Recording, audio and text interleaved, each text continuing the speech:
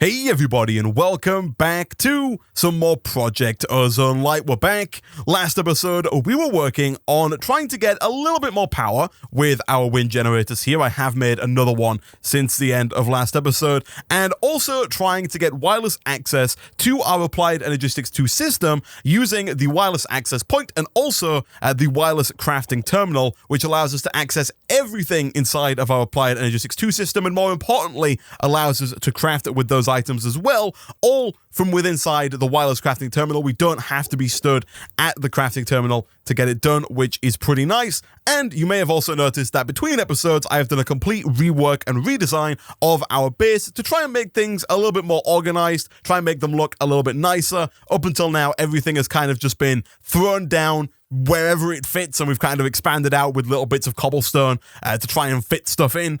The base is not massive. I haven't really expanded out too much, but everything is now much more organized. We've got our smeltery and all of our Tinker's Construct stuff behind us, as well as our two normal regular furnaces and a bed. Of course, we can't get rid of our infinite apple tree. We need that for our infinite source of food. Our Applied Energistics 2 system and storage drawers are right here. Machines either side, mechanism on the left, and then some Ender IO on the right. If we head on down here, you can make portals as big as you want now in Minecraft, and so I figured that we'd fill the back wall here with just a massive nether portal with two sound mufflers either side to make sure that we just don't hear any sounds from it whatsoever. We've got our obsidian generator, our magmatic generators with our awakened draconian block behind that.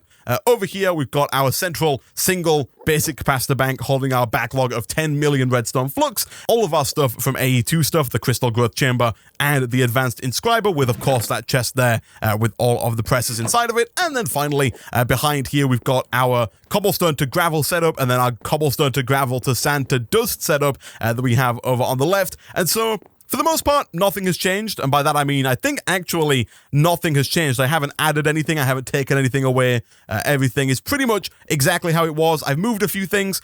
These two sifting setups are now slightly further apart. Most importantly, I've just gone around and organized everything to try and make it look just a little bit better.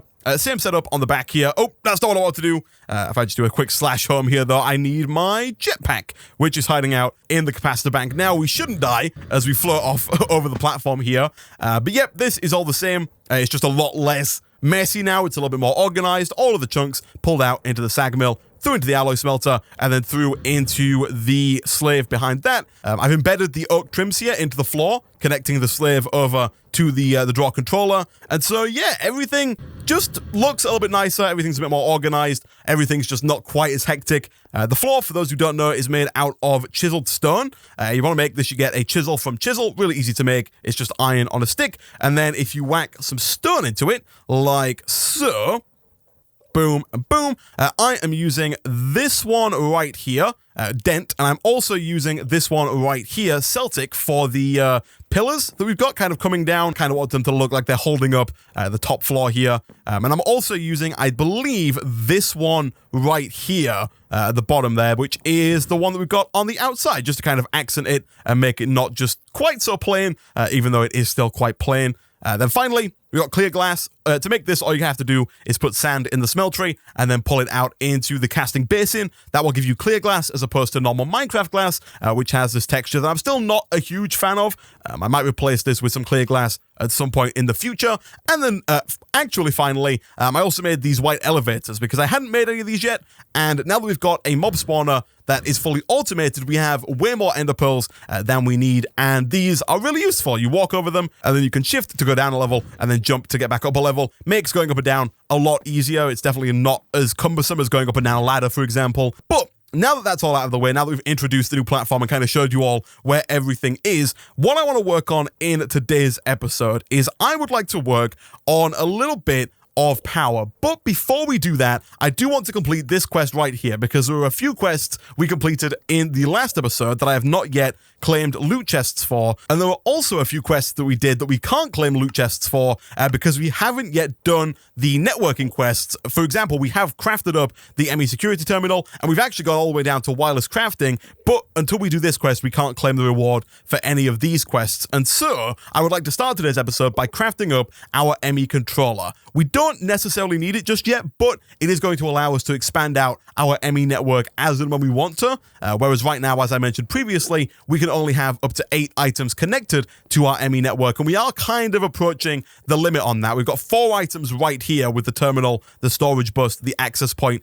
and the Emmy drive. And then if we come down here, we've got another one in the form of the security terminal, taking us up to 5 in total there. So we can only really add about 3 more items to our Emmy system here, if I'm not forgetting anything else, which I don't think I am. But if we want to expand it out more, which we will want to at some point in the future, we are going to need to get an Emmy controller. And so, just to get the quest out and just to kind of prepare for the future, we are going to go ahead and craft this. We're missing pretty much everything, but that's fine. These pure Flux crystals here are really easy to make. We just need some Flux seeds, which I believe, if I am not mistaken, is just Flux dust and sand. And I think you do get 2 at a time. And so I think that should be not quite enough, because of course we do need 4 now that I think about it. So let me grab 1 more Flux crystal real quick, whack that into the sag mill. Whilst we're waiting for that to do its thing, which it did very, very quickly. Between episodes, I did go ahead and create 64 steel dust using the Mechanism Metallurgic Infuser. I talked about it a little bit last episode, but I'm just going to get those smelting up real quick. The reason why I made all of those will become apparent in just a second. And whilst we have that, let me get some sand, craft up another 2 of those seeds, take all 4 of those down into the crystal growth chamber, boom and boom. And again, I think if we put all of our acceleration cards into there, those should become fully formed crystals very, very quickly. And then all we need after that are 2 platinum plates, which we can make in the smeltery. Let me quickly grab some of our platinum, which might be called shiny metal. It's not. It's called platinum. Good stuff. I think you only need 1 ingot per plate. Yep, you do. 144 millibuckets is 1 ingot. So I'll throw both those in there. We are going to need a little bit of gold to make a cast. We could use aluminium brass for this, but the gold is just so much easier. And then finally, we do, of course, need a plate to get started. And actually, now that I think about it, let me see here. Plate, cast. What can I use to make a plate cast? Is there an easy way to make like an iron plate or a cobblestone plate? Unfortunately, it doesn't look like there is. And so I think I was kind of hoping we wouldn't have to make the compactor here from thermal expansion, but I think we might have to. It's not really too big of a deal. It's a really easy machine to make, and it might actually be easier to do this. I say that, we've got none of the parts required. We do need to get a little bit in the way of bronze. And so instead here, let me grab a little bit of copper. I think it's 4 copper to 1 tin. And so I'll just take 8 tin and then 32 copper. That's probably way more than we are going to need. It's also way more than we can fit into our smeltery here. And so for now, I'm going to put 8 copper in, and I'll put in 2 tin in just a second. Where is my ingot cast? And also, do we have a gear cast? We do not. How easy is it to craft the gears? It's actually fairly easy.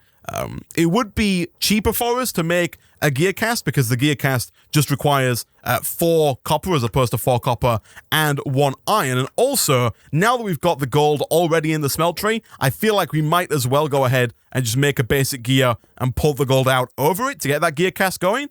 Also, let's put in another 8 copper, I guess, as well as 1 tin to kind of get that process up and running as well. Pull the gold out over...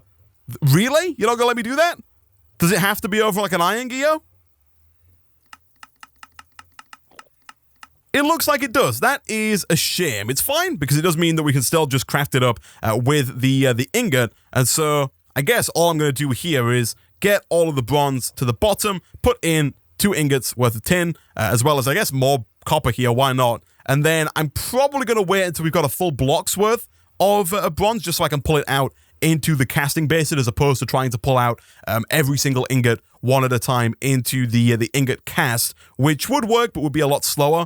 Instead, we'll just go ahead and do something like that. Whilst we're waiting for that, what else do we need for the compactor? We do need to make ourselves a machine frame, which should be nice and easy. It does require a tin gear. Again, super simple to craft, and that should be that pretty much done. It is indeed. And then we also need to get a redstone reception coil made with 2 redstone and 1 gold. Easy stuff. And then all we need now are the 2 bronze gears, which we did get. It's just not showing up in the casting basin there, but which we can make now using the 9 bronze that we have, like so, and like so. Do we already have... Oh no, that's copper. I want bronze, right? Oh no, those are copper. We just need 2 bronze for either side of the machine frame, and we're done. Nice. So I think for now, I'll probably put this like right about here. I don't really have a space for thermal expansion machines. I also don't really have that much space for mechanism or for Ender IO machines. But for now, I'll put it down over here.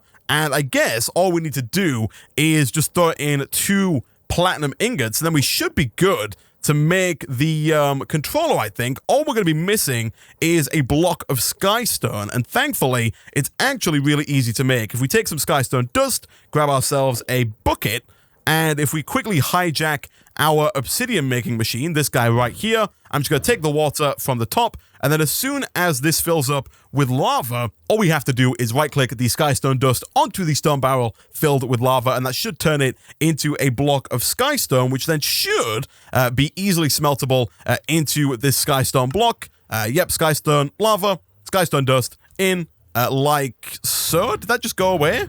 It did. I'm not quite sure why. What I am going to do real quick is kind of Oh! I thought... But I've got a bucket...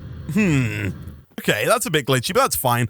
Nevertheless, let me... Did I not get that barrel back? Or did it end up in here? It ended up in there. Let me do like this real quick. That should fill up almost instantly because we're getting so much more lava from our awakened draconian block. And then if we just do something like that and that, we're good to go. Okay, I'll fix that in a second. For now, let me quickly, I guess, smelt this up over in the alloy smelter just because it is ridiculously quick. Grab our platinum plates, and finally, we should be good to go. Oh, nope, we are missing just 1 piece of the recipe. Take both of those, and then now, finally, we should be good to go. Nice, and that should be a quest complete. It is indeed. I will take that loot chest and claim. Thank you very much. And yep, like I said, it's going to go ahead and unlock these as well. So we'll claim you. We'll claim you. Did I not complete this quest? Oh no, I need a magnet card and an infinity booster card. I don't know how you make the infinity booster card because I looked at it between episodes. It is this guy right here, and it doesn't have a recipe. So I don't know if you're just supposed to get that from loot bags or from somewhere else, or if it's made in a different way. Maybe you don't craft it. I'm not too sure. I'm going to have to look into it.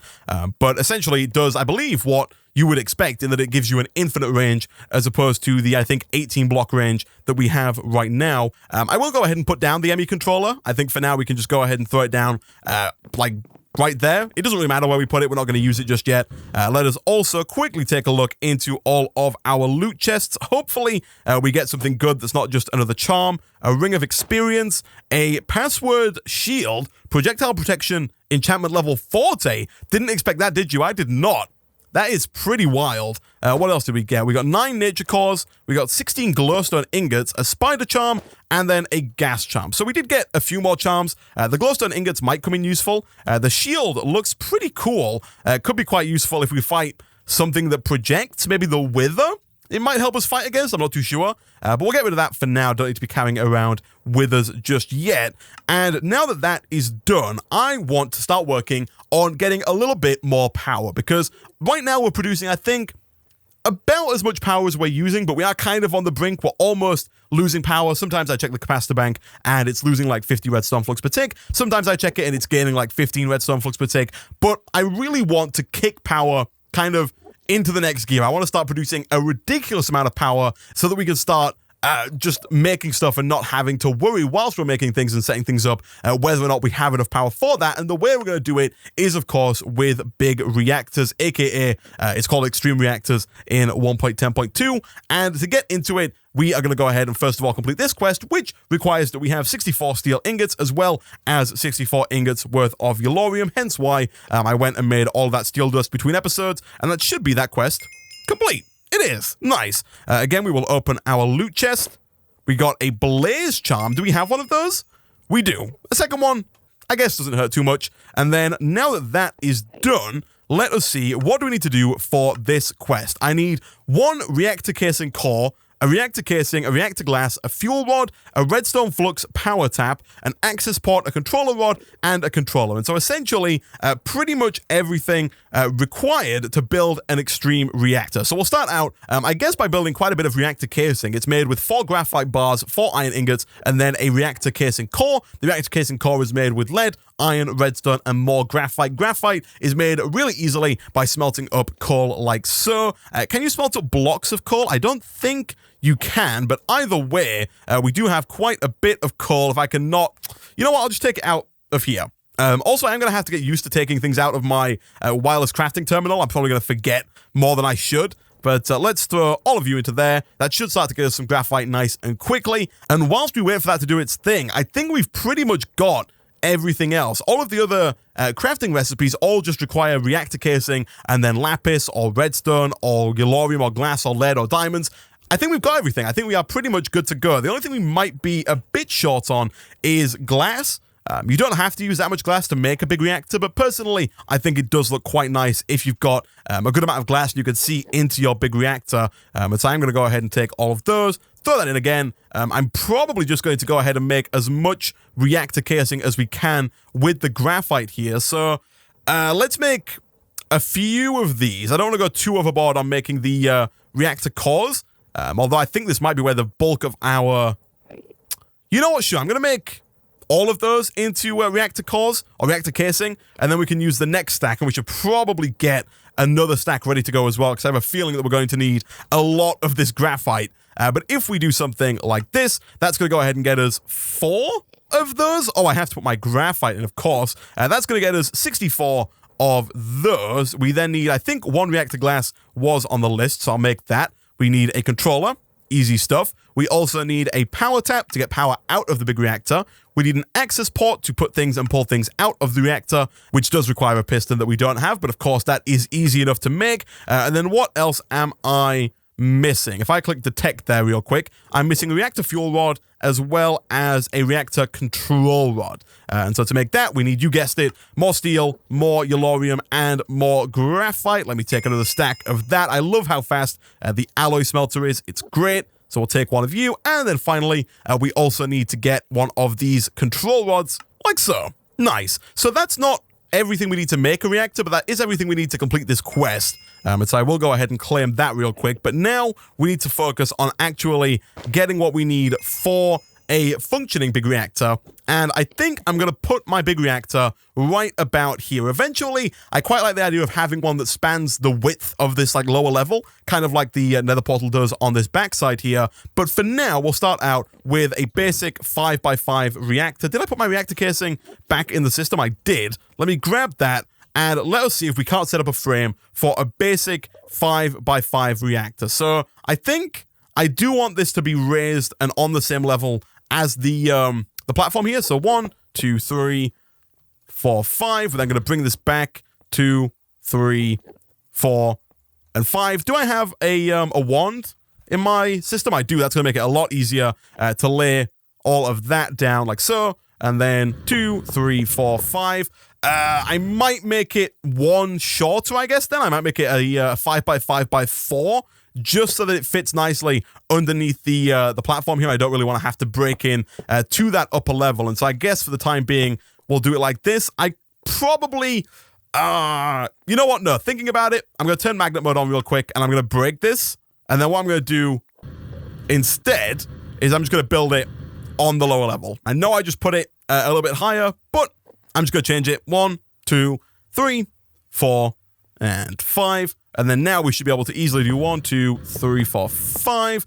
And then 2, 3, 4, 5. Connect those up. And this is going to form the outer frame of our reactor, inside of which we are going to have hopefully 5 lots of fuel rods. And we are a little bit short, but I don't have to go back. I can craft them right here, like so. I think 4 should do us. Oh no, we need a few more. 1 more batch will do. Good stuff.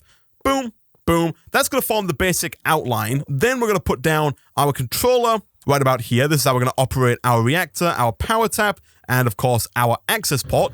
And then from there, all we have to do is put a control rod at the top wherever we're going to have a line of fuel rods. The more fuel rods you have, the more power you can produce. We are going to have fuel rods in kind of an X shape. So we have 1 in the middle and then 1 in each corner. And then the rest is going to be filled up with coolant. So I think here we just need to get, first of all, 4 more control rods, which I think we might be able to do. 1, 2, 3, 4 of those. And then 4, 1, 2, 3, 4 of those. those are going to go here, here, here, and then in the middle, right about there. And then we need what? 3, 6, 9, 12, 13, 14 more of these reactor fuel rods, which is where things might get a little bit expensive. It does require steel and graphite. That gets us 1. Let me do some more like this. Hopefully we've got enough graphite to make all of these. We don't quite, but of course it is super easy to make. And I don't know if they've been, the configs have been changed in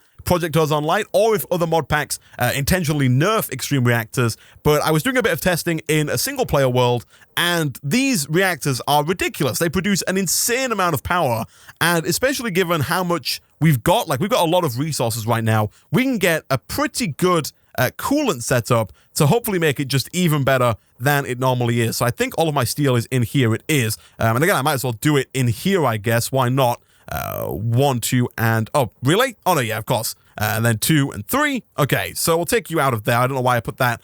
Also, I didn't mention this, but I do quite like the trash can slot there. For example, I don't need this extra life, so I can just put it there, empty trash can slot, and it just deletes it. I quite like that. It's a little, like, nifty feature to have. So let us do this and this. And actually, now that I think about it, I think the...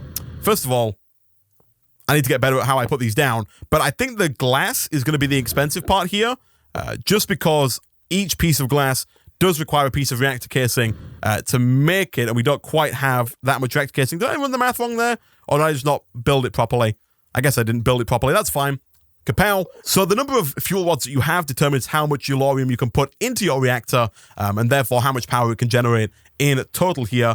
And now what we need to do is put in some coolant between the fuel rods in this space here. You don't have to put coolant in, but it does produce more power with coolant. In fact, I might make it and turn it on without coolant first, just to show you how much of a gain we get from putting that coolant in. But now we need enough glass to fill in all of these sides. You can fill in the sides using reactor casing if you'd like, but as I mentioned before, I think it just looks a little bit better if we use reactor glass. And so I'm going to need, what, 9, 18, 27, and then 6 more, like 33? Reactor glass in order to make this happen, which does mean, of course, that I first need to get 33 reactor casing, which I think is going to require, yeah, you guessed it, a little bit more in the way of graphite. But once all of that is smelted up, I think we should have more than enough, and I'm fairly certain that because we've got more than a stack, we should easily have more than enough in the way of glass as well. And so let's just do that, and then finally that, put all that in there, pull all that out, and 10, oh yeah, we got 63. Like so. Nice. 40 reactor glass, more than enough. Let's quickly throw that down using our one tool. Like, really? You're not gonna let me do that? Oh, it can't work. Yeah, I keep forgetting it doesn't like to work, like vertically for some reason. I think we have to get a higher tier of 1 for that. Either way, let me just quickly fill in all of these and then try to not die or misplace as we put them in. Oh, there he does it. Get rid of that. And then fill in the top like so. I don't know if you can use glass in the top. I think you can. I don't think it matters at all. But do we have what it takes to make one more batch? Oh, we're missing a core of all things. Okay, let's do that. And boom, boom. And you'll know you've done it right when it forms into a multi-block. Like so. Nice. So, if I put in a stack of uranium like that, that's going to go ahead and fill up the core fuel status on the left here. And to turn it on, all we have to do is click Activate Reactor. And this thing is going to produce, let's see, 50,000, 55, 65,000 redstone flux per tick. You can see we've already produced 10 million redstone flux, and this thing has settled down around 64,000 redstone flux per tick. So I'm going to turn this off temporarily. Actually, let me turn it back on real quick, because I want to see how much it uses. I don't know if adding coolant changes the efficiency of the reactor. Right now, it's using 0.76 millibuckets per tick of uranium. So I'm going to turn that off. It's using like 0.75. Let me try adding in a coolant. Now, you can add in really anything as a coolant. There are a bunch of materials you can use as coolants, starting with water and going all the way up to things like diamond blocks, which is what I am going to use right here. I'm not quite sure how many we need of these. I'm going to make a stack, and then we can always craft them back if we don't use all of them, which obviously we will not. And so 1, 2, 3, and 4. And then all we're going to do is we're going to go 1, 2, 3, 1, 2, 3, 1, 2, 3, and then finally 1, 2, 3. I don't think diamond blocks are the most effective coolant out there. I think there are a few that are better, but they're definitely better than quite a lot of other coolants. And again, I keep forgetting that I can just use my wireless crafting terminal. But now, if we go ahead and turn this on, it is using a lot less in the way of millibuckets per tick. You can see we're down from 0.75 millibuckets per tick to 0.67, about 6.5, and we're up to 75,000 redstone flux per tick. So like an extra 10, 11,000 redstone flux per tick just by adding in those 9 blocks of diamonds there. And again, we've got diamonds in abundance, so it's not really something that we have to worry about too much. But yeah, we're producing 75,000 redstone flux per tick. That's crazy. Up until now, we were producing about maybe 500 redstone flux per tick, and now we've just taken that jump up to 75,000 redstone flux per tick. It's insane. I will go ahead and use these enhanced energy conduits for now, even though they can't carry the maximum 71,000. And I guess for the time being, although it looks horrible, I'm going to just run it kind of like this over to our capacitor bank. I hope we've got enough. Yeah, we definitely do. One thing that I do want to start working on, and that I might start working on in the next episode, is hiding these conduits in the floor using the conduit facades in Ender.io. But for now, guys, we have got a ton of power. We can only hold 10 million, and so we should really look at making a higher tier of capacitor banks, such as the vibrant capacitor bank, which can still only hold 250,000, or 250 million, I should say. But even then, I think we're going to fill that up very, very quickly. We can go ahead and turn this off for now. Eventually, we'll try and set up a system that automatically turns this on and off as and when we need it. But finally here, one thing that we should also do is get an export bus, like so. I was really hoping we'd have all the items there. Unfortunately, we do not, and we do have to get another one of these Flux crystals in the sag mill. Thankfully, it is very, very quick. And then we'll throw you back in like so, get ourselves the formation core, and the export bus, as you may be able to guess, is going to allow us to export from our applied energetic system, and most importantly here, we are going to use it to export Yellorium, which we don't have a lot of actually, and I believe that's because you get it from sifting sand, which we are not really doing that much of. Am I right here? Yeah, you get it from sifting sand. Right now we're sifting gravel and we're sifting dust with a little bit of sand coming in with the gravel, but we should really set up a dedicated sand sifting system. But essentially all we have to do here, throw down our Emmy bus, put in the Yellorium ingot, and then if we connect that up to our Emmy system, which we can do with Emmy cable, which we should probably craft up into Emmy conduits from Ender.io, the reason being that these are fairly cheap and also work quite nicely with our existing line of conduits here. What we can do is just run them like this within the same block as the enhanced energy conduits, and so we don't have to run 2 separate lines over to our big reactor. And again, hopefully, eventually we'll be able to hide all of those conduits in the floor as well. What am I missing here? I'm missing more quartz fiber, which should be easy enough. We need more glass, which again, we do have ready to go. And then lastly, we are finally out of Flux crystals, but again, that shouldn't really be too hard for us to remedy, although I don't think we have that much in the way of nether quartz. We don't. Can I use pure nether quartz here? I don't think you can, but I'm going to try it nonetheless. Let me see here. The mob spawner is still over there. I do still want to change that. I didn't quite redo the entire base. And also, by the way, this is like the starting area that we were working in previously. Let me turn magnet mode off and try that one more time. Does that work? Oh! I think it did. Did that work? No, that did not work. All right, in that case then, guys, I'm going to go ahead and wrap up today's episode there. Between episodes, I'll go through to the nether, get some more nether quartz, so the next time we can come back and connect this up. I also think we'll go and make the painting machine from Ender.io, which is going to allow us to make some conduit facades, start to hide these energy conduits in the floor. And then after that, we can probably start looking into actually putting our power to use, seeing what kind of stuff we can set up and what kind of stuff we can make. But for now, guys, thank you for watching. If you did enjoy the video, as always, be sure to hit that like button. It really does help out a lot. Leave a comment down below, subscribe if you're new here, and I will see you guys next time.